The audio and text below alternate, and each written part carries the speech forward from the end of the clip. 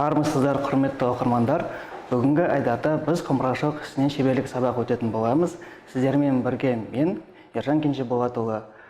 Бүгінгі сабақта ең алдымен құмырашылық ісінің құмыра жасағанда негізгі ережелермен танысатын боламыз. Айта кетсек, балшықты қалай даярлаймыз, балшықтың түрлері және электр шарықпен қалай жұмыс жасаймыз, оның жасаған кездегі кезеңдері, айта кетсек, ортаға қою, цилиндрді көтеру және де құмыраның пішінін беру.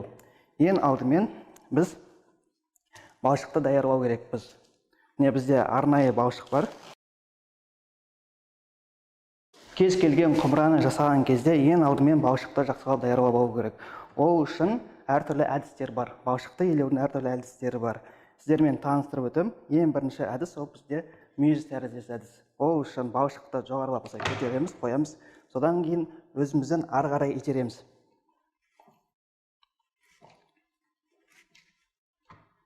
Бұл бізде нан илегенмен бірдей, бірақ нан илегенде біз нанның ішіне көбірек ауаны кіргіземіз.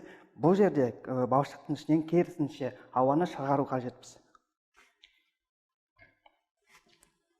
Бізде балшық мынау спираль тәріздес оралады, сол кезде екі жағынан ауа көпіршіктері шыға бастайды. Сонда мынау балшықтың ішінде ауа қалмайды. Егер де ауа қалып қоятын болса, бізде бұл бұйым, кез келген бұйым құмырашылықта үлкен арнайы муфельді пеште дайындалады. Сондықтан сол кезде күйдірілген кезде ауа көлемінде үлкейіп, біздің құмырамызды сындырып тастауы мүмкін, жарылып кетуі мүмкін. Сондықтан балшықты даярлағанда мұқият болу керек. Бізде бірінші әдіс. Келесі әдіс спираль тәріздес әдіс, немесе ракушка деп аталады. Ол үшін тағы да балшықты жоғары қоямыз. Жоғары жағынан ұстап, спиральға ораймыз. Бұл кемінде 100 рет жасау керек. Егер де одан аз болатын болса, барлық ауа шықпай қалуы мүмкін.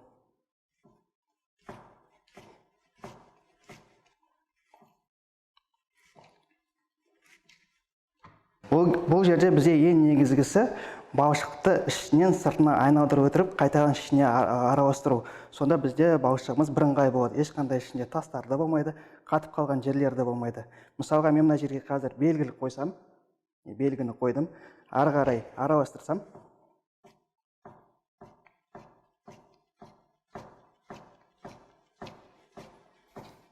ол белгіміз мына жерге тұрып еді, мына жаққа айналып өтті. Сол ары қарай ішіне оралады. Сөйтіп, барлық балшығымыз жақсы болып шығады.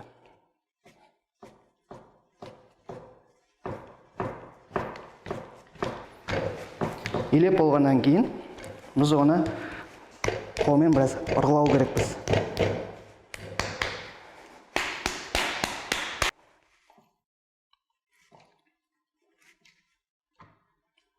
Мінекей, бізде балшық дайын болды. Ары қарай керек көлемде біз қазір шамамен 1 килограммдай балшық аламыз. Арнайы жіппен кесіп алғанда, мынаның арасында көпіршіктер болмау керек, тесіктері болмау керек. Қарасаңыздар, мұнда ешқандай не жоқ, жақсы дайындалған. Өлшеп көреміз. Шамамен 1 килограмм 800 грамм болды. Енді артық балшықты қайтадан орап қоямыз, өйткені ауада тұрса, тез қатып қалады. Ішіндегі ылғалдық сыртқа шығып кетеді, содан кейін жарамай қалады. Қайтадан даярлау керек болады. Осылай орап қайтадан қойып қоямыз жеткен.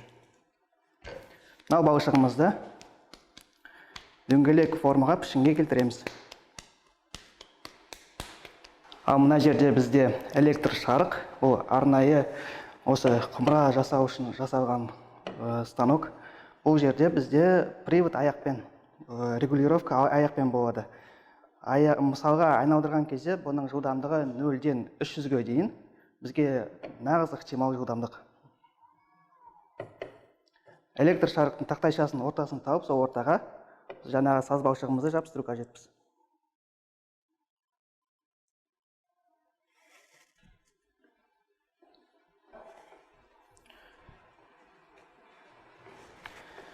Балшықты жақсылап жабыстыру керек, өйткені жұмыс барысында бұл тақтайшадан алынып қалуы мүмкін. Барынша ортаға тырысу керек жабыстыруға. Мысалға сіздерге көрсететін болсам, балшықты айналдырған кезде бізде біраз қозғалып тұр. Бұл дұрыс емес, қозғалмау қажет. Ол үшін бізге балшықтың ортасын табу керек, ортаға тырысу керек қоюға. Сол мысалға ол үшін бізге оң қолмен алдынан қоямыз, сол қолмен қайтадан артқа қарай тартамыз. Бізде мынандай қозғалыс болу керек, итеріліп бір-біріне. Екеуі де бірдей күшпен бұл балшықты ығыстыру керек жоғарыға қарай. Құмыраны көтерген кезде міндетті түрде қолды сулау керек, өйткені қол сырғанау керек құмырның үстінен, балшықтың үстінен. Жақсылап суладық, енді міне жаққанда ол қозғалып тұр.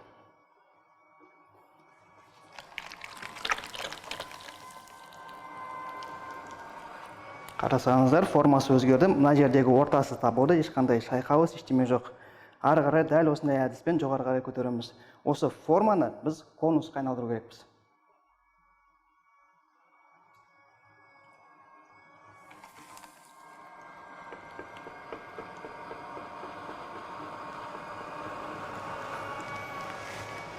Мына жердегі шайқалыстар ақырын біртіндеп жоғары қарай көтеріледі, осы жерде жоққа айналады.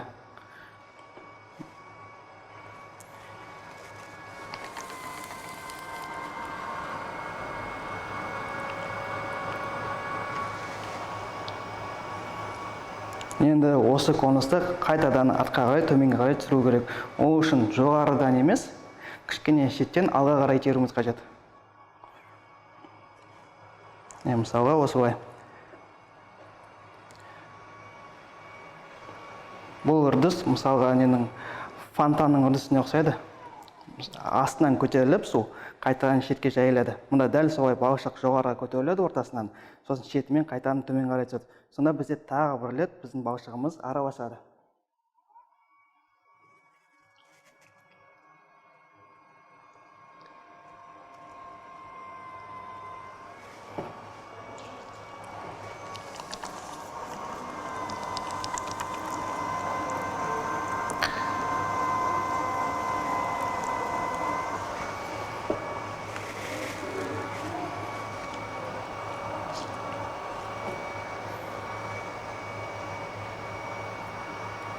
Үстіңгі жағын алақанмен төмендетеміз.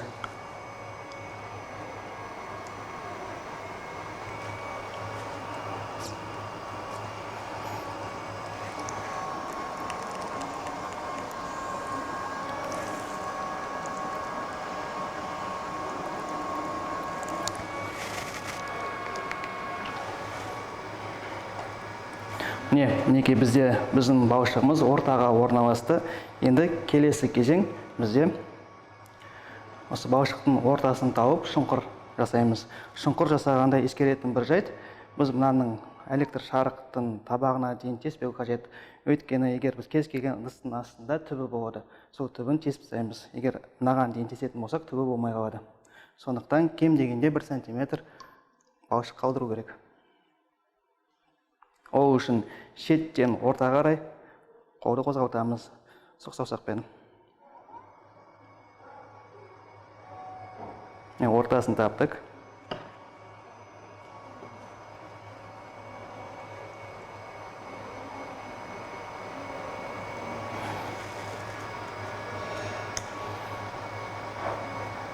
Енді міне ортасын таптық, шұңқыр жасадық. Келесі кезең бізде бұл балшықты ашу қажет. Ашу үшін екі әдіс қолданылады. Біріншіден бас бармақтармен ішінен салып, екі жаққа қайыру. Немесе бір саусақпен ғана жұмыс істеуге болады. Ол үшін бізге ілмек тәрізде жасау керек.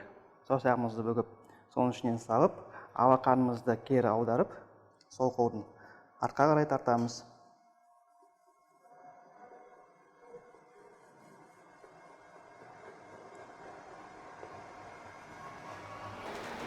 Ашып болдық. Енді ішіндегі ыдыстың түбін жөндеп алу керек. Ол үшін саусақпен шеттен ортасына қарай жүргіземіз.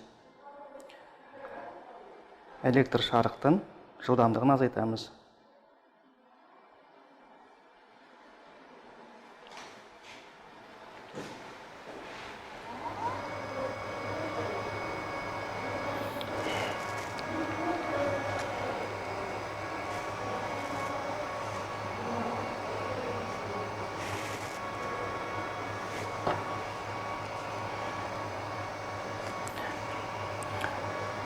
Енді ары қарай мысалға мұнда бізде ыдыстың формасы көріне бастады, бірақ бәрібір де қабырғалары қалың. Оны біз жоғары қарай көтеру керекпіз, цилиндр көтеру керекпіз. Ол үшін бізде сол қолымызды ішіне саламыз, оң қолымызды сырттан аламыз. Саусақтарымыз бір-біріне қарама-қайшы болу керек. Және де кішкене оң қолдағы саусақтарымыз сол қолдағы саусақтардан қарағанда сәл төмендеу болу керек. Бізде мынандай сыртынан ұстаған кезде балшықты сәл қысамыз, сол қысқан бойымен жоғары қарай тартамыз.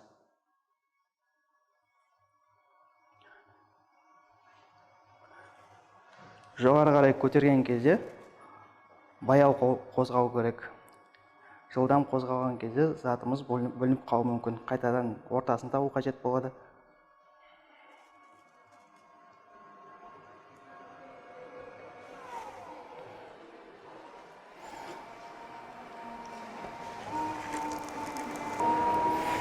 Сыртынан алақанымыз кішкене жөндеп отыруға болады.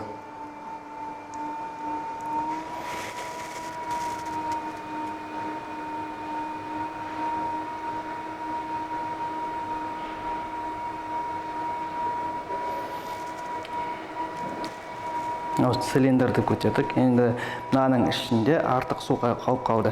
Сол суды жинап алу керек. Өйткені мынаның ішінде су көбірек тұратын болса, біздің балшығымыз еріп кетуі мүмкін.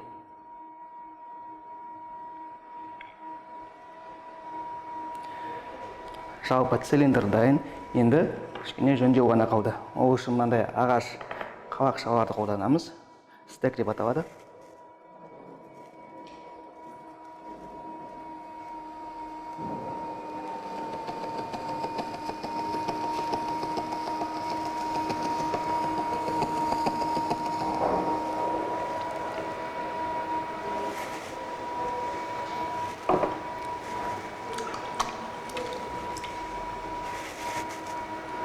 Сыртын бәрін жөндеп болдық. Енді ең негізгі қадам осы ыдыстың пішінін беру.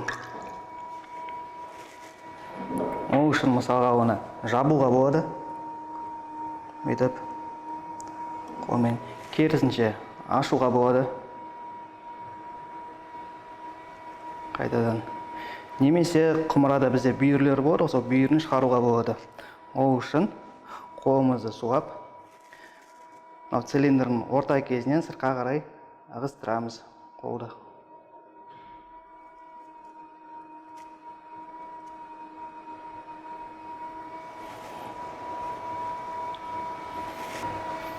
Неге бізде бүйірлері дайын болды. Енді кез келген құмыраның мойны болады және аузы болады. Сол мойнын жасау керек. Кішкене бұның диаметрін азайту керек. Ол үшін мойын тұсынан қолмен қысамыз.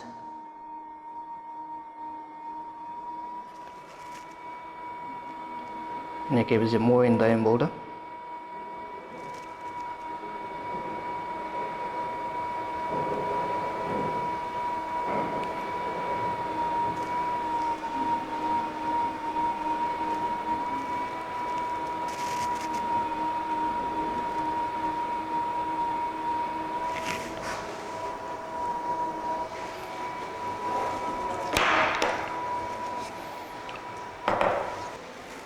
Жалпы бізде құмыра дайын болды. Енді келесі кезең осы құмыраны осы тақтайшаның үстінен алу. Ол үшін арнайы жіпті аламыз. Бүйтіп үстінен қарай қатты қысып, артқа қарай тартамыз.